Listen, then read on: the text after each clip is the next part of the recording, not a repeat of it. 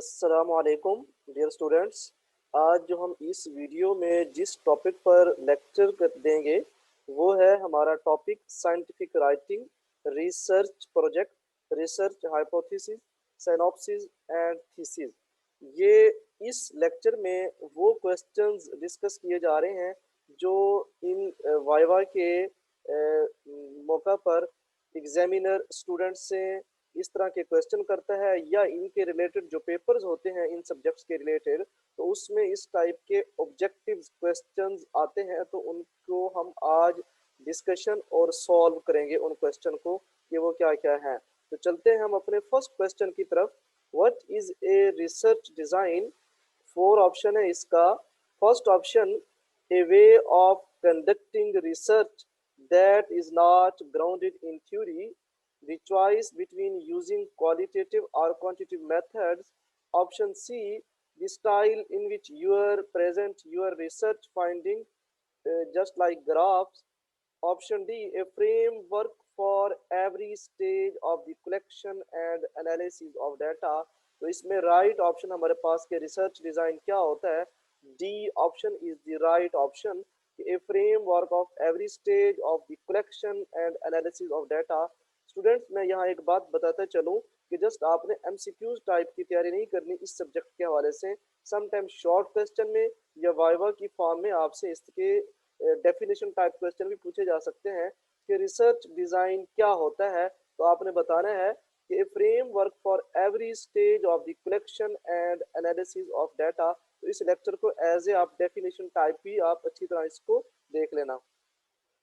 Next question है, if A study is reliable, this means that option A, the methods are outlined in the method discussion clearly enough for the research to be replicated. Option B, the measure devised for the concepts are stable on different occasions. Option C, the findings can be generalized to other social phenomena. Option D, it was conducted by a reputable research who can be trusted. तो इसमें जो right option है कि reliable के क्या meanings है? The measure devised for the concepts are stable on different occasions, कि वो अगर occasions different हो जाएं तो जिस चीज़ से measure किया आपने, जो concept है आपके वो सेम रहे आपके हर जगह। तो B option is the right option. Next question है third, internal validity refers. Internal validity क्या होती है? Option A, whether or not there is a really causal relationship between two variables, whether or not the findings are relevant to the researcher's everyday lives. Option C, the extent to which the researcher believes that this was worthwhile project. Option D, how accurately the measurements represent underlying concept. तो इसका जो right option है वो ए है कि whether or not there is really a causal relationship between two variables. Option A is the right option.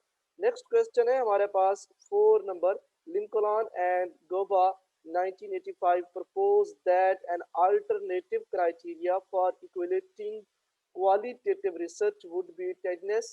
Option B, trustworthiness. Option C, impressiveness. Option D, missense.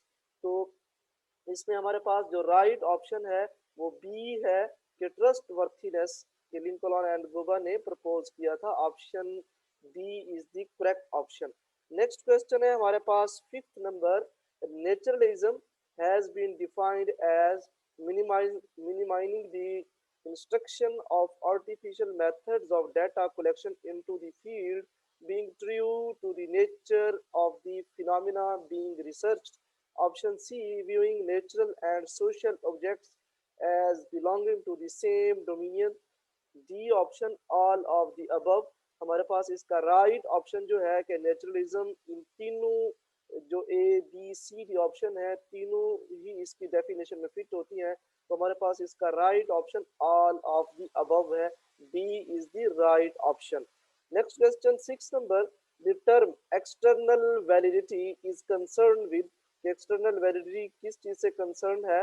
The question of whether the results of a study can be generalized beyond the specific research context, whether the research question is judged to be A good research question by those outside the study.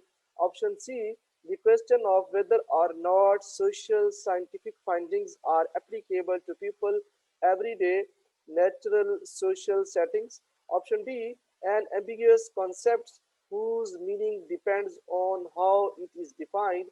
तो इसमें जो right option है, correct option की external validity की जो term है वो किस चीज से कंसर्न है, ऑप्शन ए से। Option A is the right option. Next question है हमारे पास 7 number, what is cross sectional design. Cross sectional design क्या होता है? A comparison of two or more variables longitudinally, a design that is devised when the researcher is in a bad mood. The collection of data from more than one case at moment in time, research into one particular section of society, the middle class। तो इसमें जो right option है हमारे पास correct option C, कि cross sectional design जो होता है वो collection of data more than one case in a one moment in a one time. Option C is the right option. Question number 8 है, survey research is cross sectional and as a result it is. जो survey होता है, survey of research का cross section, उसके नतीजे में result क्या होता है? Option A, low in internal validity but high in replicability, high in internal validity but low in reliability. Option C, none of the above. Option D, high in ecological validity but low in external validity. आजकल students, मैं इसका answer बताने से पहले आपको बताता चलूं कि इस टाइप का क्वेश्चन भी आ जाता है कि जो नन ऑफ द अबव है वो सी ऑप्शन पे होता है, सी पॉइंट पे होता है, इधर थर्ड नंबर पे। तो इट मींस कि ये ऊपर वालों को रेफर कर रहा है जो सी से अबव है, ए एंड बी। ये डी इसमें इंक्लूड नहीं है। स्टूडेंट्स पजल होके ये स्टूडेंट्स ये समझ लेते हैं कि जिस तरह जनरली चलता है कि none of the above means कि इन सब में से कुछ नहीं है, तो वो वहाँ ऑप्शन आता है all of these. All of the above का मतलब जो इस ऑप्शन से ऊपर है, अगर इसका इस ऑप्शन का नंबर डी है तो इट मींस ऊपर वाले ए बी सी। इस ऑप्शन का नंबर सी है तो इट मींस इस ऊपर वाले ए बी। तो इस तरह नन ऑफ द अबव या ऑल ऑफ द अबव, तो अबव का थोड़ा सा अपने बच्चों ख्याल करना है। तो इसका जो राइट ऑप्शन है survey research is cross section का, A option is the right option, low in internal validity but high in replicability. Next question है, what does the term longitudinal design means. कि लॉन्गिट्यूडनल डिजाइन क्या होता है? Option A, study completed far away from where the researcher lives, a study which is very long to read। Option C, a study with two contrasting cases, a study completed over a distinct period of time to map changes in social phenomena। तो इसका जो right option है हमारे पास D is the right option. Correct answer यही है कि study completed over a distinct period of time to map changes in social phenomena. Next question है हमारे पास 10th नंबर, cross cultural studies are an example of. Option A, longitudinal design, B comparative design, experimental design, case study design. तो ये research के related है। एक research जब कंडक्ट करते हैं उसके साइंस सब्जेक्ट्स में उसके डिजाइन और तरह से होते हैं, जो रिसर्च के डिजाइन होते हैं तो वो किस तरह से हैं, इधर ये डिस्कस किए जा रहे हैं। कि इस क्वेश्चन का जो राइट ऑप्शन है, करेक्ट ऑप्शन, कि क्रॉस कल्चरल जो होता है स्टडीज वो कंपैरेटिव डिजाइन होता है, कि उसको एक दूसरे से कंपेयर करते हैं। 11th नंबर क्वेश्चन है, which of the following requirements for the dissertations may depends on your institutions। कि जो डेजर्टेशन है आपका, जो थीसिस, डेजर्टेशन के दूसरे जो सिनोनिम्स मीनिंग्स होते हैं वो थीसिस, कि जो थीसिस होता है आपके जो इंस्टीट्यूट्स है वो क्या चीज उसमें देखता है, किस चीज के ऊपर डिपेंड करता है। Whether an abstract should be included, कि उसमें जो एब्स्ट्रैक्ट है वो होना चाहिए। The format for referencing, reference के फॉर्मेट पे। The size of the study, कि स्टडी का साइज कितना है, स्मॉल लेवल पे की है या लार्ज लेवल पे। D option, all of the above. तो इसमें जो राइट ऑप्शन है ऑल ऑफ द अबव। कोई भी इंस्टीट्यूट अपने स्टूडेंट्स को जब इस तरह के थीसिस वाली डिग्रीज करवाते हैं तो उसमें थीसिस के अंदर ये सारी चीजें देखते हैं, और भी फैक्टर्स इन्वॉल्व हैं, लेकिन जो यहाँ ऑप्शन में गिवन है तो ये ऑल ऑफ द अबव है। Correct option, right answer D option है। नेक्स्ट क्वेश्चन है हमारे पास 12th number, the role of a project supervisor, कि जो आपको प्रोजेक्ट करवा रहा होता है सुपरवाइजर, उसका रोल क्या होता है, कि क्या वो खुद आपका रिसर्च करता है या डिजाइन करता है या आपको गाइड करता है, क्या करता है। ये ऑप्शन है, ये वाइवा में एग्जामिनर तकरीबन हर हर तरह के डिग्री के पॉइंट ऑफ व्यू से इस तरह क्वेश्चन किया जाता है। Give you a reading list. B option, provide academic sports guidance and critical feedback on your work. C, negotiate access to research setting on students' behalf. Ensure you keep to your schedule and deadlines. तो इसमें जो right option है हमारे पास B, provide academic sports guidance and critical feedback on your work, के main guide करता है, support करता है, बताता है कि किस तरह से करना है, और जो आपने वर्क किया होता है उसके ऊपर फीडबैक देता है। B option is the right option. Question number 13 है, why is it important to have well formulated research question? Option A, it gives greater clarity to research process and what you wish to research. Option B, it leads to more focused research. Option C, it provides more structure to my work. Option D, all of the above. तो इसका जो right option है कि क्या उसमें importance होनी चाहिए, all of the above है। अबव जो 3 पॉइंट्स है ए बी सी सारे इसमें फिट होते हैं कि फॉर्मुलेटेड रिसर्च क्वेश्चन किस तरह से इंपॉर्टेंट होता है और किस तरह से अच्छा होता है। और right option all of the above. Question number 14 है, what did marks 1997 means when he suggested that the intellectual puzzles and contradictions can be a possible source of a research question? Option A, the researcher may feel that there is a contradiction in the literature presenting a puzzle to be solved. Students can develop their IQ levels by attempting to solve intellectual puzzles. C option, unless you can find a logical contradiction, you have no basis for conducting research. Option D, any puzzles can be researched. तो इसका जो right option है, correct option A is the right option. Next question number 15 हमारे पास है, which of the following is a criteria for a good research question? Option A, question should be long and use complex terms. Option B, question should show where my research biases are. Option C, question should sound contemporary. Question D, Option D, question should connect with established theory and research. तो इसका right option है, correct option D, कि question should connect with established theory and research. जो question आप design research के हवाले से जो रिसर्च आप कर रहे हैं उसके हवाले से जो क्वेश्चन है आपका, ये क्वेश्चन होना चाहिए या जो जिसका आपको आंसर आना चाहिए, तो वो क्वेश्चन ऐसा हो कि उसका कनेक्शन हो कि जो आप थ्योरी बिल्ड कर रहे हैं, जो आप राइटअप फॉर्म में इंटरप्रेट कर रहे हैं और जो आप रिसर्च कंडक्ट कर रहे हैं। Option D is the right option. Next question है, which of the following should be include in a research proposal? Research proposal just like अगर डिग्रीज की फॉर्म में देखा जाए, जो सब्जेक्ट्स आपको यहाँ पढ़ाए जाते हैं रिसर्च प्रोजेक्ट या साइंटिफिक राइटिंग के नेम से, तो उसमें एक साइनॉप्सिस ये रिसर्च प्रपोजल का टॉपिक होता है। तो ये उस चीज उसमें क्या क्या चीजें होनी चाहिए? Option A, your academic status and experiences, the difficulties you encountered with your previous reading on the topics. Option C, your choice of research methods and reason for choosing them. Option D, all of the above. तो इसका जो right option है कि your choice of research methods के proposal में या synopsis में क्या होता है कि थीसिस से पहले बताना होता है कि हम रिसर्च किस चीज पे करेंगे और कौन सा टॉपिक होगा और कौन सा मेथड यूज करेंगे। तो option C is the right option कि your choice of research methods and reason for choosing them, कि आपने ये रिसर्च क्यों सिलेक्ट की, तो रिसर्च प्रपोजल में सारा कुछ ये बताना होता है। Question number 17, which of the following should you think about when preparing your research? क्या क्या चीजें सोचनी चाहिए जब आप रिसर्च के लिए प्रिपेयर हो रहे हो या रिसर्च करना चाह रहे हो? Option A, your sample frame and sampling strategy. Option B, the ethical issue that might arise. Option C, negotiating access to the setting. Option D, all of the above. तो इसका जो राइट ऑप्शन है, correct option all of the above के सारे ये वाले points सोचने चाहिए जब रिसर्च डिजाइन करनी चाहिए फैसिलिटीज लैब की, या सर्वे करना है तो सर्वे की, और जिसके ऊपर प्रॉब्लम है, आपको जिस प्रॉब्लम के ऊपर रिसर्च कर रहे हैं तो वो देखना है कि वाकई वो प्रॉब्लम एग्जिस्ट भी कर रहा है, उसका पॉसिबल साइंटिफिक वे में सोल्यूशन है या नहीं है। तो ये सारी चीजें देखनी चाहिए। ऑल ऑफ दी अबव यहाँ आएगा। नेक्स्ट क्वेश्चन है, why is it helpful to keep research diary और log book while you are conducting your project? ये चीजें क्यों जरूरी हैं? Option A, to give you something to do in the early stage of your research when nothing is happening.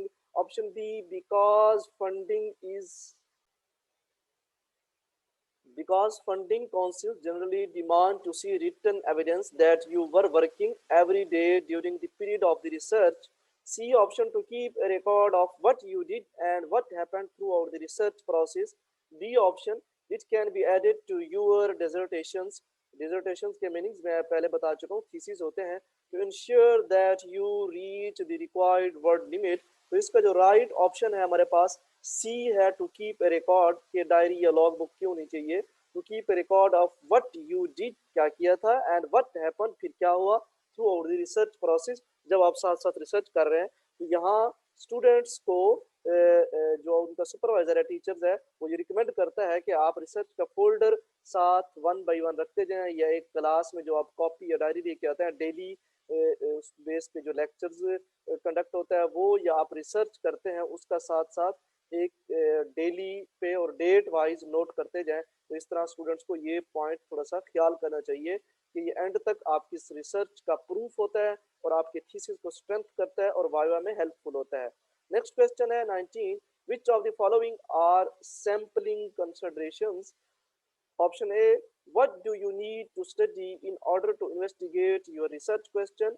Option B, how easily can you gain access to sampling frame? Option C, what kind of sampling strategy will you employ?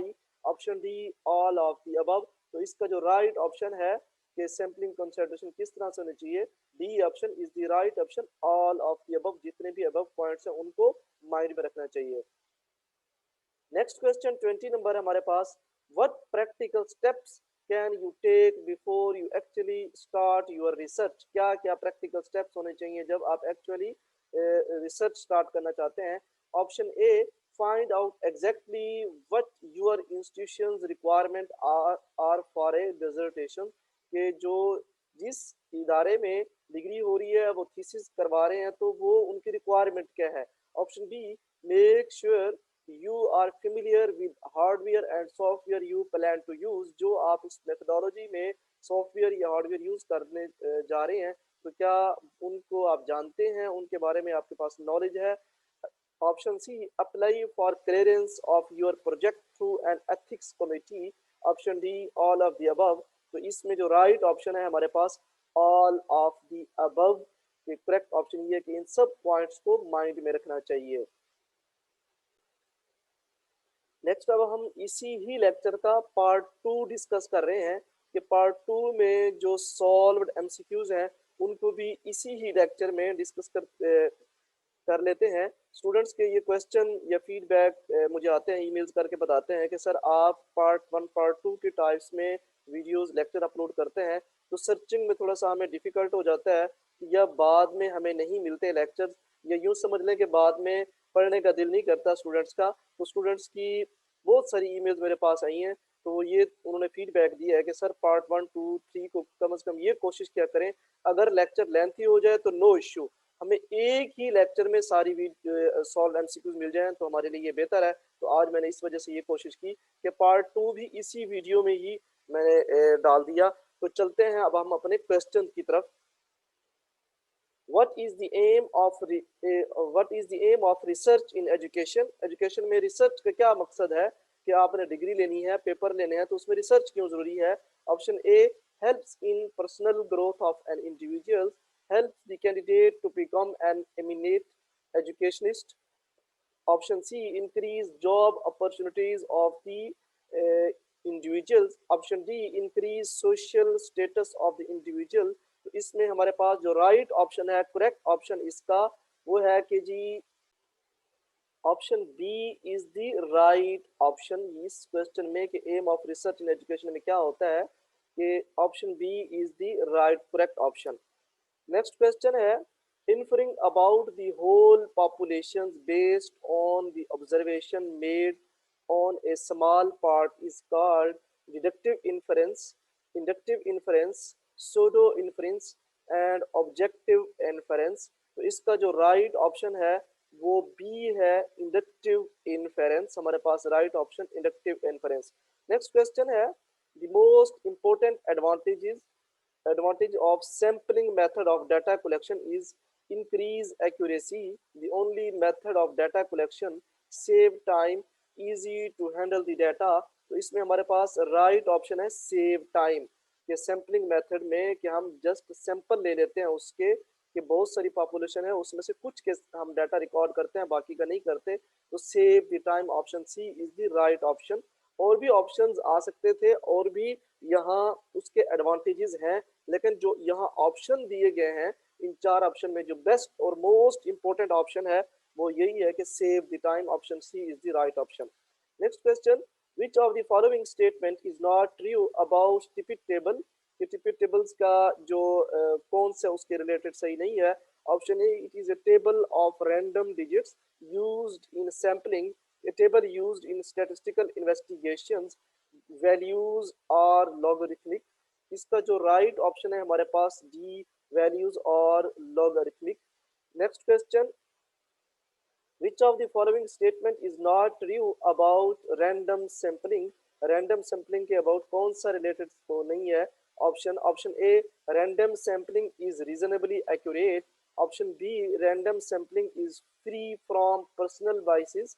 Option C, and economical methods of sampling। Option D, can be applied for all types of data collections। तो इसका जो right option है हमारे पास D है, can be applied for all types of data collections। इसका right option. Question number 6 part 2 का, a researcher is said to be committed the type 1 error when। Option A, when he reject a null hypothesis which is actually true, when he accept a null hypothesis which is actually false, both the null and alternate hypothesis is rejected। Option D, none of the above। तो इसमें हमारे पास जो right option है वो ए है, when he reject a null hypothesis which is actually true। Question number 7, the best sampling method for sampling a population finite size। Option A, area sampling। Option B, systematic sampling। Option C, purposive sampling। Option D, quota sampling। तो इसका जो right option है हमारे पास B है, systematic sampling, correct option B.